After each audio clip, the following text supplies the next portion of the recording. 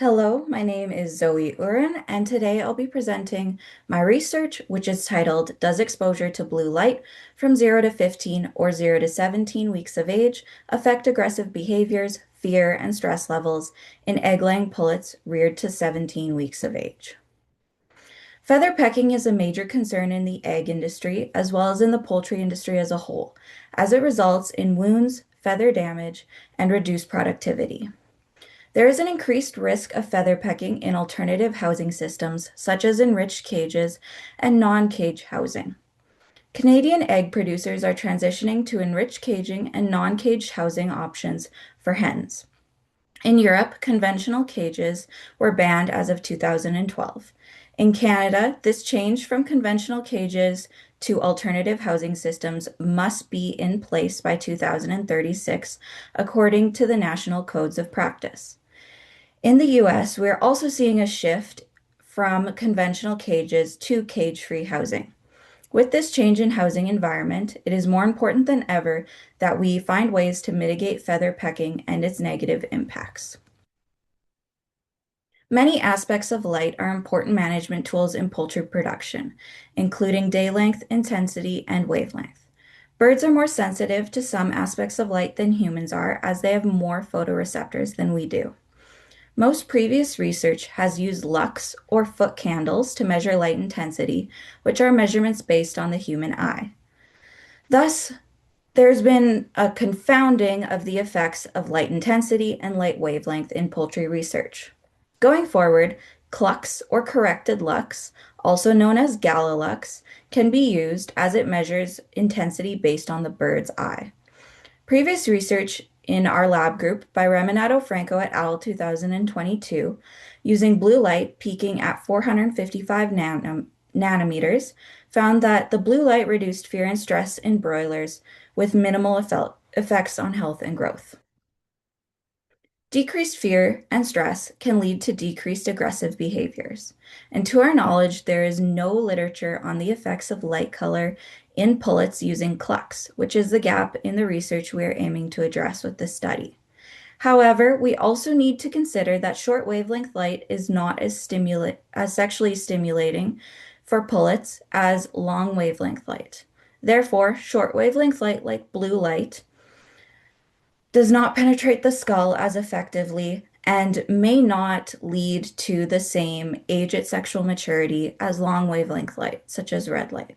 This is important to consider because we want to make sure that the egg-laying birds are coming into production at a normal and uniform time.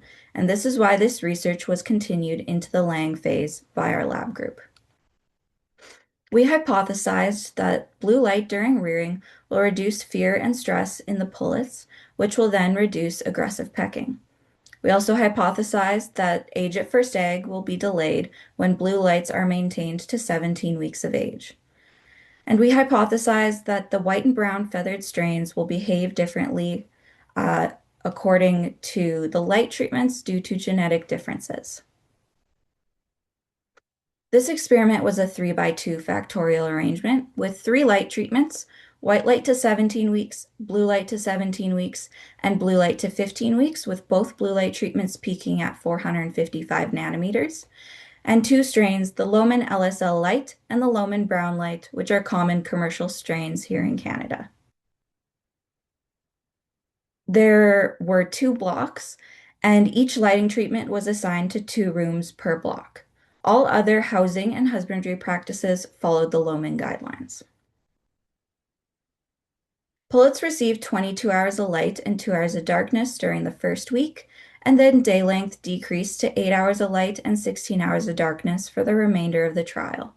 Light intensity was monitored biweekly and was standardized to 15 clucks, and light was supplied by 10 11-watt LED bulbs in each room. In terms of data collection, novel object tests were performed at 1, 2, 3, and 4 weeks in Block 2, and this was done in every pen, and a different object was used every week to prevent familiarization. Novel object tests were also performed at 14 and 17 weeks in both blocks, and this used a foil balloon weight as they were 3 weeks apart. Tonic immobility tests were performed at 14 and 17 weeks using 2 birds per pen, and the novel object and the tonic immobility test had a maximum latency period of 10 minutes or 600 seconds. Pecking behavior was examined at 16 weeks of age. We recorded a 24-hour period in 1 pen per strain per block with a view of the whole pen. And then using continuous sampling, I watched 2 15-minute periods during the photo phase and recorded all occurrence feather pecking, categorizing each peck as gentle, severe, or aggressive, which we'll discuss over the next few slides. Gentle pecking is a positive behavior and is investigative in nature. Severe pecking is painful and often involves feather pulling. And aggressive pecking is forceful and is usually used to establish dominance and is aimed at the head when accessible.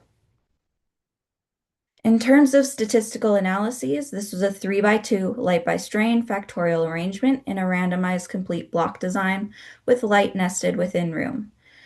Room was a replicate unit for light, and pen was a replicate unit for strain, and all data were analyzed using SAS 9.4. Data were tested for normality and log+1 transformed if necessary, then back transformed for presentation. Significance was declared when p was less than or equal to 0.05.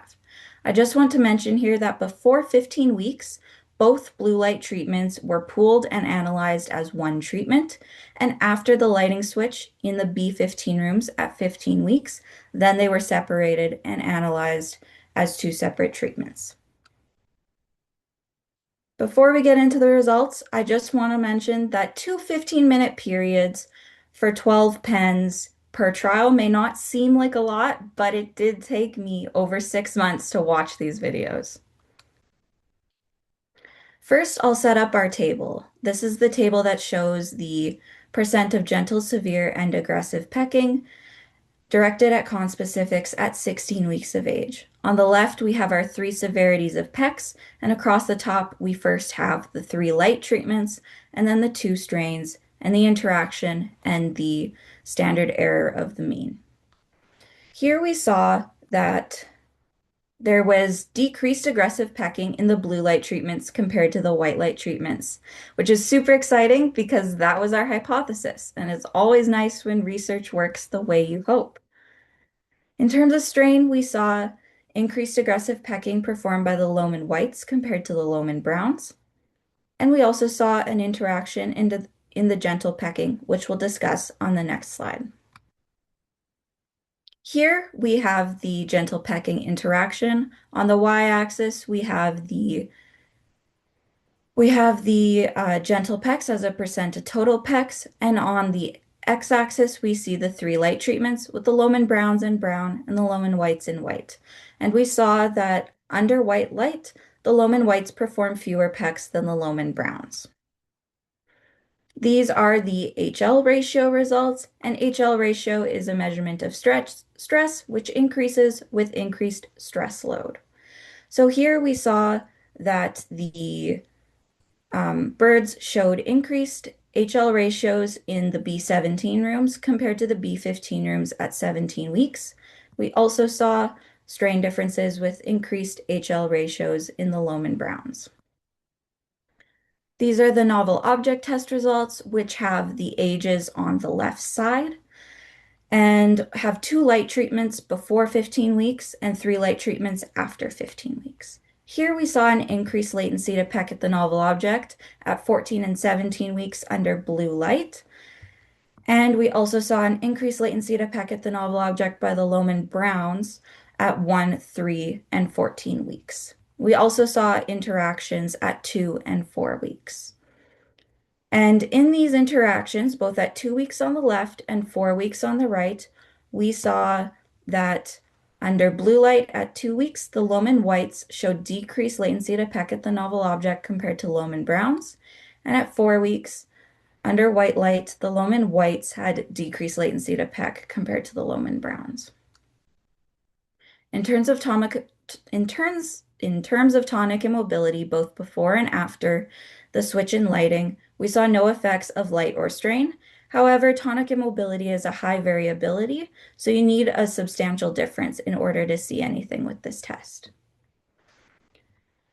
To summarize, in terms of production, which I did not present here, but we saw no overall differences. A few differences in body weight and feed disappearance in early life, but nothing maintained throughout the rearing period and nothing overall. In terms of pecking, fear, and stress, we saw reduced aggressive pecking under the blue light at 16 weeks. We saw increased HL ratios at 17 weeks at 17 weeks in B17 compared to B15, and we saw increased latency to peck under blue light at 14 and 17 weeks. In terms of genetic differences, we saw a lot of genetic differences, and most of the interactions appeared to be primarily strain differences. In terms of a take-home message, blue light appears to reduce fear and stress levels, thus reducing aggressive pecking. Blue light to 17 weeks did not impact the delay of onset, did not impact egg production or onset of lay, which was not what we hypothesized, which is good. This means that we can use blue light to reduce aggressive pecking without impacting onset of lay. And the two strains, as predicted, did react differently to the same lighting environment.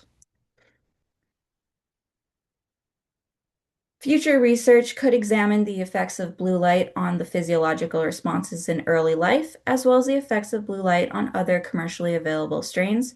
And our lab is currently looking at the long-term impacts of blue light during rearing on hens. I'd like to acknowledge my supervisor, Dr. Karen Schweden-Lardner, as well as the assistants of the Poultry Management and Welfare Lab and the USAS Poultry Research and Teaching Unit, as well as my funders, Chicken Farmers of Saskatchewan, Clark's Poultry, the Natural Sciences and Engineering Research Council of Canada, and Egg Farmers of Canada. Thank you.